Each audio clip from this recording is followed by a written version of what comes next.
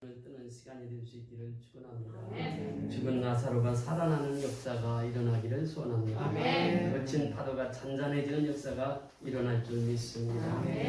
오늘 본문 8절에 보면 이렇게 성경은 기록하고 있습니다.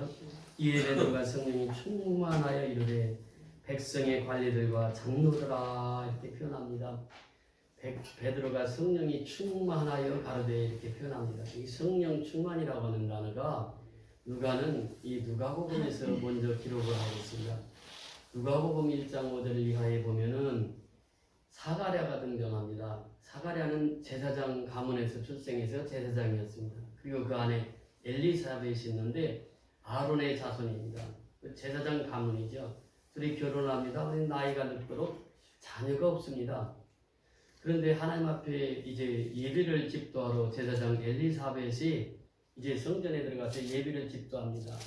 그 전에 제사장들이 예배를 집도하면 보통 일주일씩 돌아가면서 이제 제사장들이 예배를 집도하는데 예배를 집도하러 들어갑니다. 그래서 일주일 동안 예배를 집도하는 가운데 천사가 나타나서 이제 말씀하십니다. 태문을 열어주겠다고. 그러니까 사가랴가 그 얘기를 듣자 그렇게 천사한테 대답을 하죠. 아니 천사님 보세요. 저도 나이가 늙었고 내 아내도 나이가 늙었고 경수도 다 끊어졌는데 어떻게 우리를 통해서 자손이 있게 된다는 말입니까? 그 말 하자마자 입을 딱딱게 만드는 거예요. 그러면서 이 성전에서 나올 때는 이미 벙어리가 돼서 나옵니다. 말을 못해. 그리고 몸짓으로 말을 합니다. 그러면서 이 사가랴가 그렇게 되고 이제 나서 바로 잉태가 됩니다. 그래서 엘리사벳의 몸에서 잉태된 것을 알게 되고 아기가 엘리사벳에서 몸에서 자라는 것을 보게 되는 거죠. 그러면서 이 엘리사벳이 잉태한 자가 누구냐? 요한이라 이름을 하라고 미리 천사가 얘기를 해줬습니다. 근데 이 요한은 잉태되었을 때부터 성령이 충만했다 이렇게 표현합니다. 이것이 이제 첫 번째 누가가 기록하고 있는 성령이 충만합니다. 그러니까 세례 요한은 어머니 뱃속에서부터 성령이 충만했다 이렇게 표현합니다. 그리고 41절에 내려가면 엘리사벳, 그 세례 요한의 어머니가 되죠. 어머니가 성령이 충만했다 이렇게 표현합니다. 그리고 이제 61절에 내려가면은 그 남편 사가랴가 성령이 충만했다 이렇게 표현합니다. 그리고 10달이 돼서 이제 출생이 됩니다.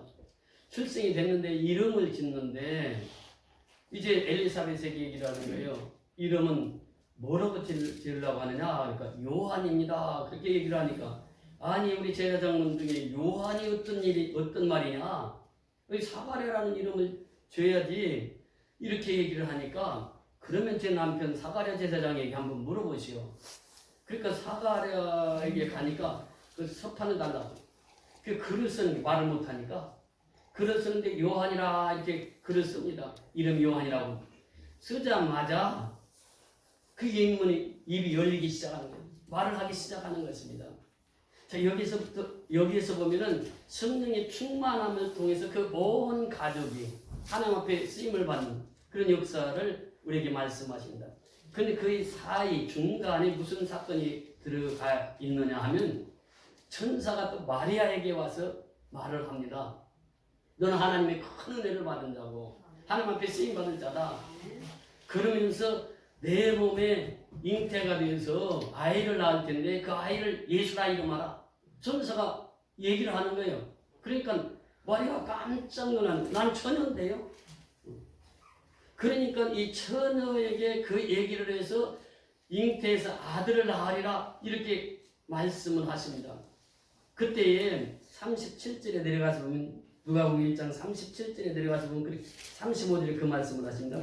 천사가 대답하여 이르되 성령이 내게 임하시고 지극히 높으시니 능력이 너를 덮으리니 이름으로 나실 바 거룩한 이는 하나님의 아들이라 일컬어지리라.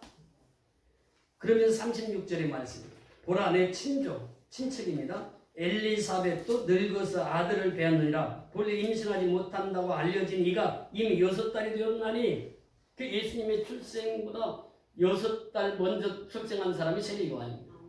그러니까 예수님과의 친척 관계예요. 그러면서 37절에 보면 대저 하나님의 모든 말씀을 능하지 못하심이 없느니라. 능하시다. 하나님 말씀 능하시다.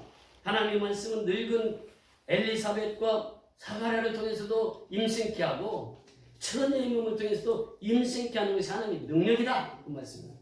37절에 대저 하나님의 모든 말씀을 능하지 못하심이 없느니라. 마리아가 이르되 주여 여종이 오니 말씀대로 내게 이루어지리다.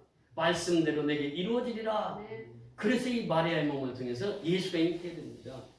그러면서 마태복음 1장 18절에 보면 요셉이 정혼한 상태인데 그 마리아와 가까이 하지 않은 동거하기 전에 성령으로 예수가 잉태되었다고 하는 사실을 마태 기자는 우리에게 말씀해 주고 있습니다. 자, 여기서 보면요, 예수님의 탄생은 미리 예고가 있었습니다.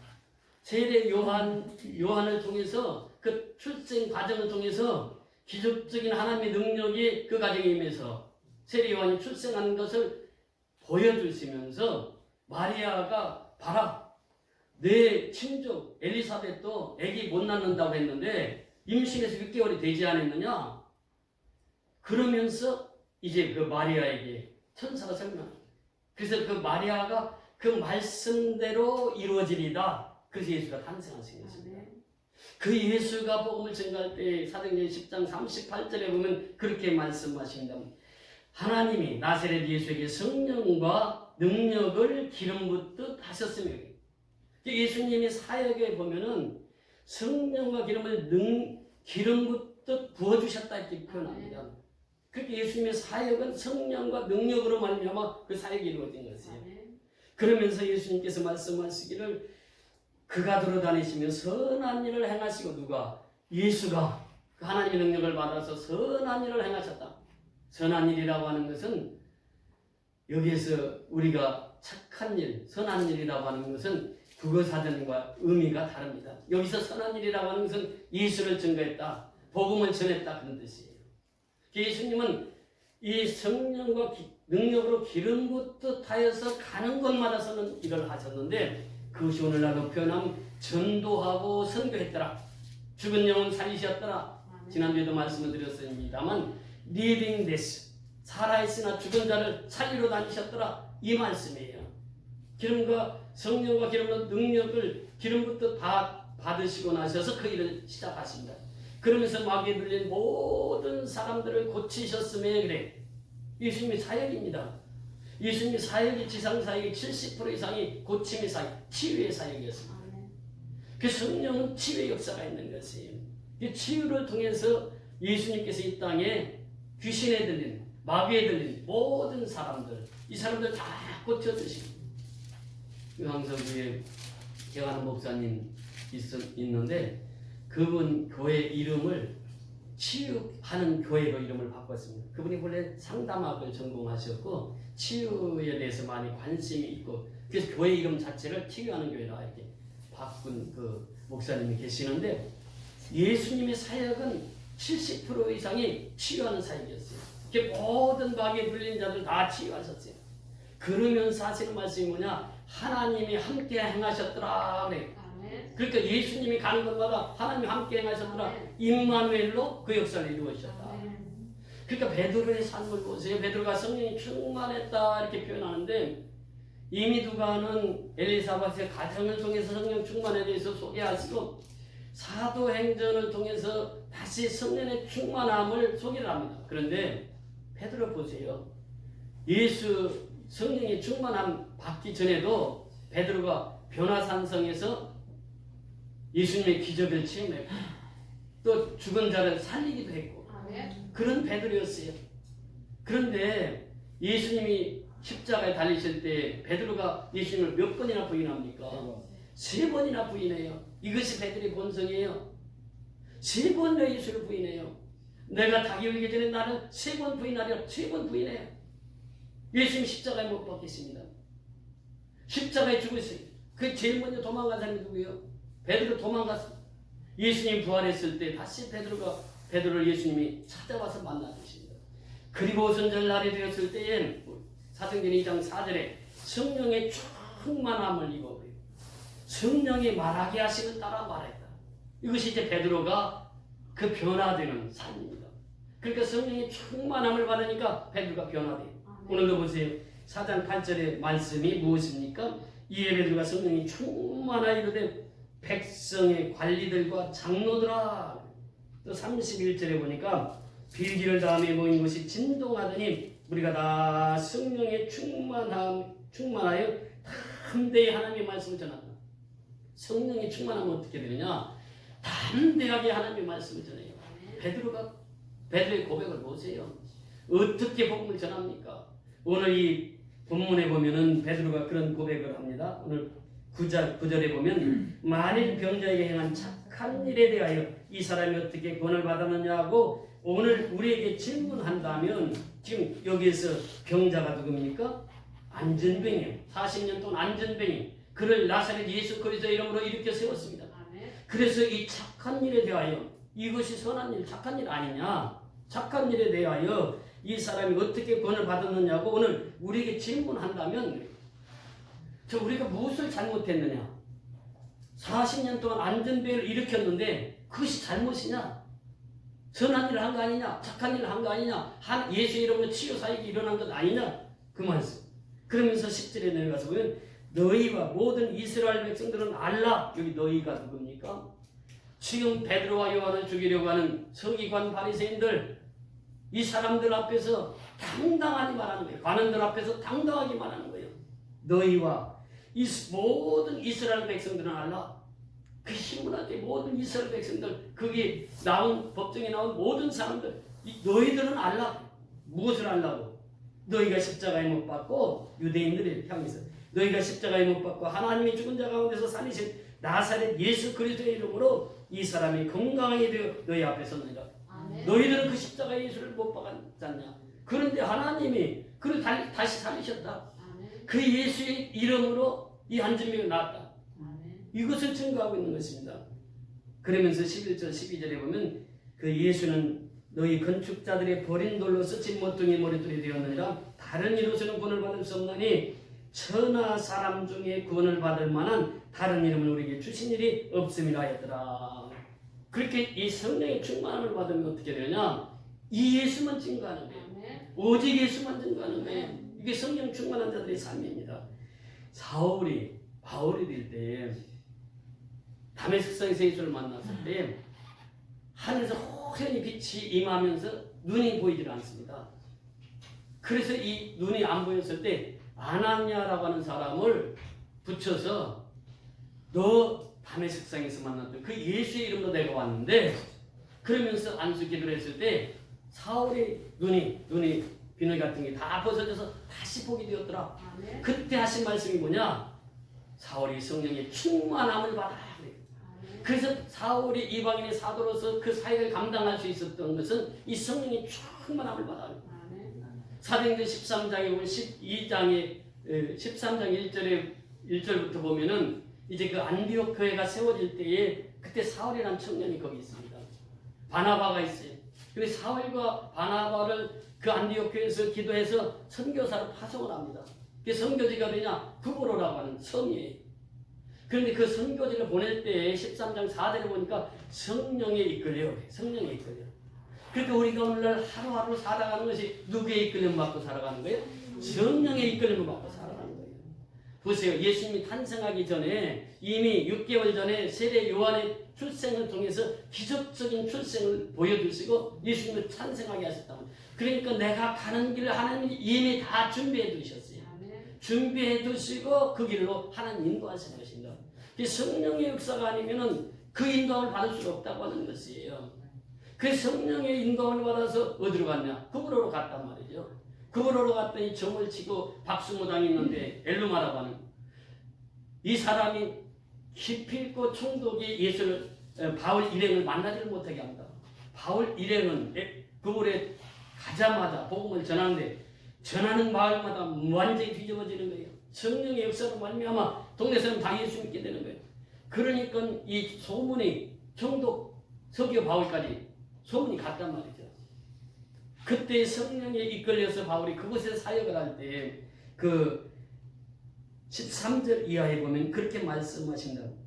바울이라고도 하는 사울이 성령이 충만하여 그를 주목하고 이르되 모든 거짓과 악행이 가득한 자요 마귀의 자식이요 모든 의의 원수요 주의 바른 길을 걷게 하기를 그치지 아니하겠느냐. 보라 이제 주의 손이 내 위에 있으니 내가 맹인이 되어 얼마 동안 해를 보지 못하리라 하니 즉시 안개와 어둠이 그를 덮어 인도할 사람을 두루 거하는지라.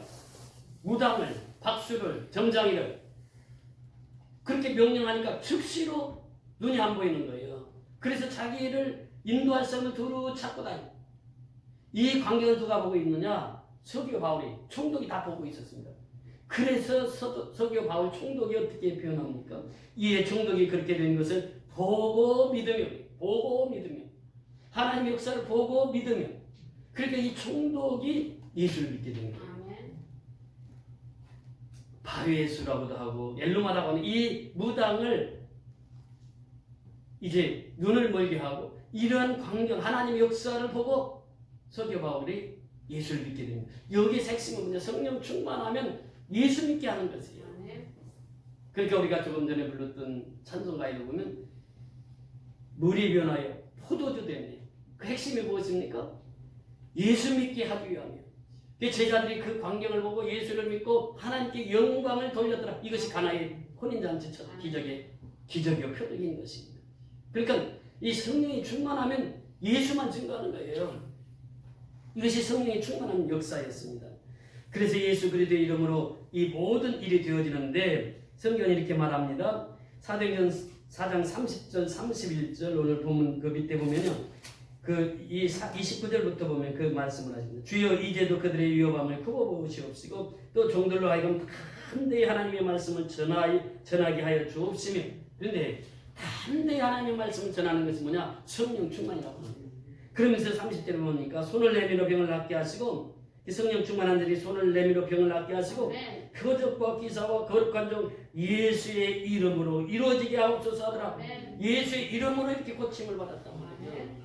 그러면서 빌기를 다음에 모인 것이 진동하더니 우리가 다 성령에 충만하여 담대히 하나님의 말씀을 전합니다. 그래서 성령이 충만하면 예수 이름으로 병을 고치고 성령이 충만하면 예수만 증거하더라. 그 말씀입니다. 그러면서 더 나가서 그 사도행전에 보면 5장 41절 42절에 사도들은 그 이름을 위하여 능력받는 일에 합당한 자로 여기심을 기뻐하면서 공의 앞을 떠나가니라. 그들이 날마다 성전에 있든지 집에 있든지 예수는 그리스도라 가르치기와 전도하기를 그치지 아니하더라.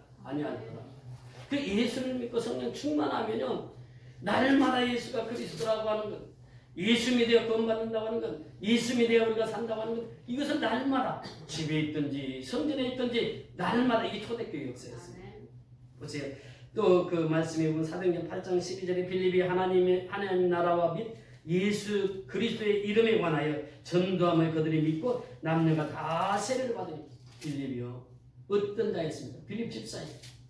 에디오피아 내시를 구원시킨 그런 이 빌립 집사는 성령이 충만해서 복음을 전하니까 그 예수 이름으로 세례를 받는 사람이 날마다 더했다고 하는 것입니다. 사도행전 9장 27절에 보니까 바나바가 데리고 사도들에게 가서 그가 길에서 어떻게 주를 보았는지와 주께서 그에게 말씀하신 일과 다메섹에서 그가 어떻게 예수의 이름으로 담대히 말하였는지를 전합니다. 사도 바울은요 다메섹 성에서 예수를 만나고 그 이후에 예수의 이름으로 담대히 전도했습니다. 그래서 사도들 앞에 가서 소개할 때 이 바나바가 가서 다 옆에서 사도 바울에 대한 간증을 다 얘기해 줍니다. 이것이 사도행전 9장의 말씀입니다. 그리고 사도행전 16장 18절에 보니까 이같이 여러 날을 하는지라 바울이 심히 괴로워하여 돌이켜 그 귀신에게 이르되 예수 그리스도 이름으로 내가 네게 명하노니 그에게서 나오라 하니 귀신 즉시 나온다. 그게 예수 그리스도 이름으로 귀신이 떠나는 거예요.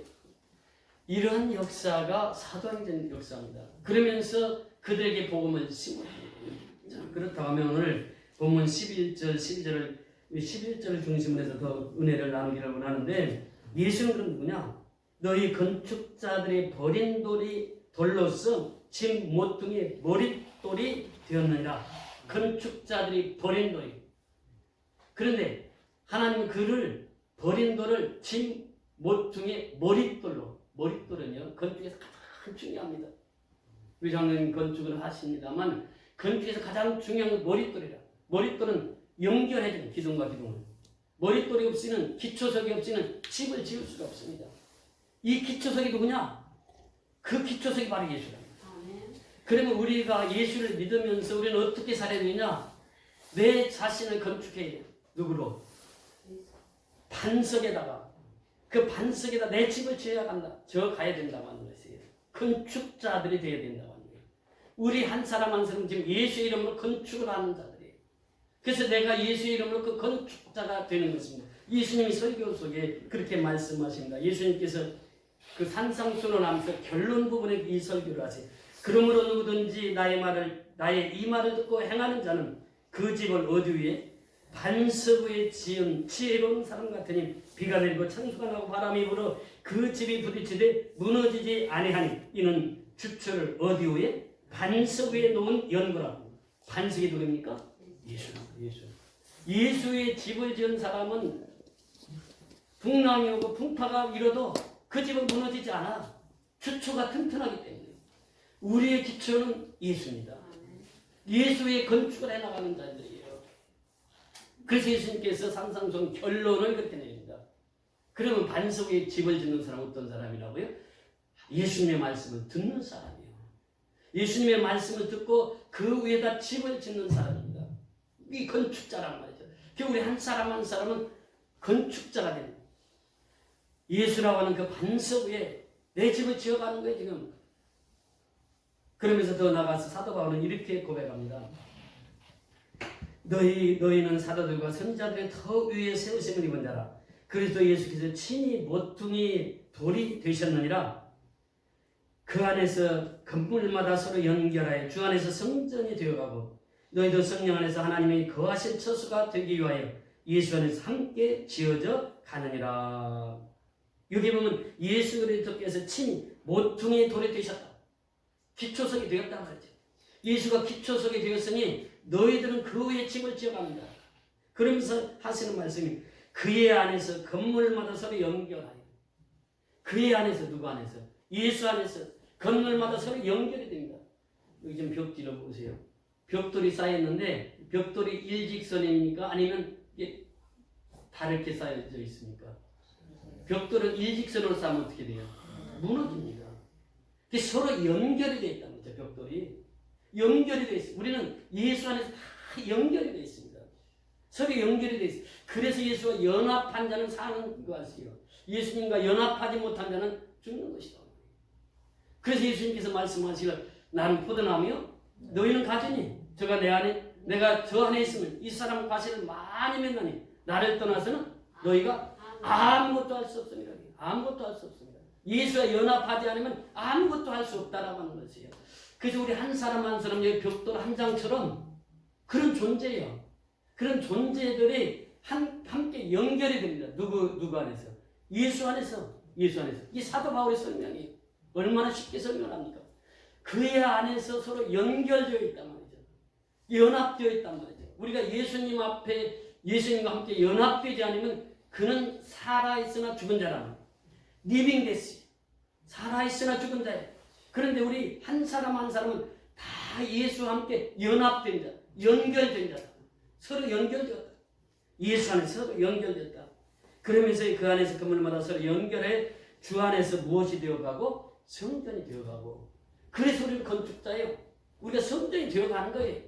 서로 연결돼서. 그래서 이번 주에 누가 안 나왔나 이렇게 얼굴 보고 안 나온 사람이 있으면 전화해서 어떤 일로 안 나왔는지 서로 안보하고. 이것이 뭐냐면 서로 연결되어 있단 말이에요. 우리는 예수 안에서 하나단 말이에요. 하나. 연합되었다 그 말입니다. 연합된 자만이 살고 연합되지 않은 자는 죽은 자다 이렇게 표현을 하고 있습니다. 그래서 주 안에서 성전이 되게 하고 너희도 성령 안에서 하나님의 거하신 처소가 되기 위하여 예수 안에서 함께 지어져 가느니라. 성령 안에서 예수 안에서 이렇게 말씀하십니다. 그래서 오늘 본문의 핵심은 무엇이냐? 성령 안에서 예수 안에서 그 말입니다. 아멘. 우리가 사도행전을 선교사님이 설명할 때 그렇게 설명을 하셨어요. 이 사도행전을 영어로 액치라 이렇게 표현합니다. 그 액치를 하나하나 이렇게 설명해요. 액치, A는 어드레이션이다. 사도행전은 하나님 앞에 경배하는, 하나님께 예배드리는 그 역사가 사도행전 전체다. 그럼 두 번째는 뭐냐? confession. 고백하다, 자백하다, 회개하다 그런 뜻이에요. 그러니까 사도행전은 회개의 역사로 이루어졌다. 성령의 충만함을 받으면 내가 먼저 회개하게 됩니다. 내가 죄인임을 깨닫게 되는 거예요. 그러니까 내 자신이 회개, 이것이 바로 건축자에서 가장 기초가 되는 게 회개입니다. 회개를 통해서 우리가 건축을 해나가는 것이에요. 회개 없이는 이 건축이 이루어질 수가 없는 것입니다. 이것이 사도행전의 역사란 말이죠. 세 번째는 뭐냐? Thanksgiving. 감사하는 것입니다. 여러분 성령 충만한 사람은요 범사에 감사하며 살아요. 항상 감사하며 살아요. 항상 감사하고 범사에 감사하는 사람 원망과 불평이 떠납니다. 그런데 감사가 사라지면 대신에 원망과 불평이 오는 거예요. 그러니까 내 속에 감사가 사라졌다. 그럼 내가 원망하고 불평하게 되는 것입니다. 그 사도행전은 그 감사 행전이 그리고 마지막 S는 supplication 간구다. 간구. 기도보다 더한 간구다. 이것이 사도행전이에요. 그 사도행전은 기도행전이라 해요. 그래서 기도하고 성령 충만 받아서 예수를 증거하는 것이 뭐냐? 사도행전이라고. 사도들이 그렇게 행했다고. 그래서 사도행전을 1장부터 12장까지는 베드로 행전이라 하고 13장부터 28장까지는 바울 행전이라 이렇게 표현합니다. 여하튼 사도들은 그렇게 생활했다는 것이에요. 오늘날 우리도 역시 마찬가지입니다. 첫째로 우리에게 중요한 것은 뭐냐? 기도에서 회개하여 성령의 충만함을 받아야 돼요. 내가 성령의 충만함을 받아야 돼요. 사도 베드로처럼 말입니다. 사도 베드로가 오순절 이전에는 그 예수님의 일을 그렇게 사역을 하면서 죽은 자도 살리는 그런 능력 있는 사도였지만 결국은 예수님 십자가에 못 박힐 때 3번이나 부인했던 사도 베드로예요. 그런데 오순절에 성령 충만함을 받고 나서부터는 그때부터는 생명 하나님께 다 바뀝니다. 사도행전 12장에 가서 보세요. 12장에서는 이제 잡혀가지고 옥에 갇혀서 금사가 4사람씩 4패로 나눠서 밤새 지키는데 바울은 그 속에서도 어떻게 했습니까? 깊은 잠을 자요. 깊은 잠을 잡니다. 그 천사가 와서 깨워도 몰라.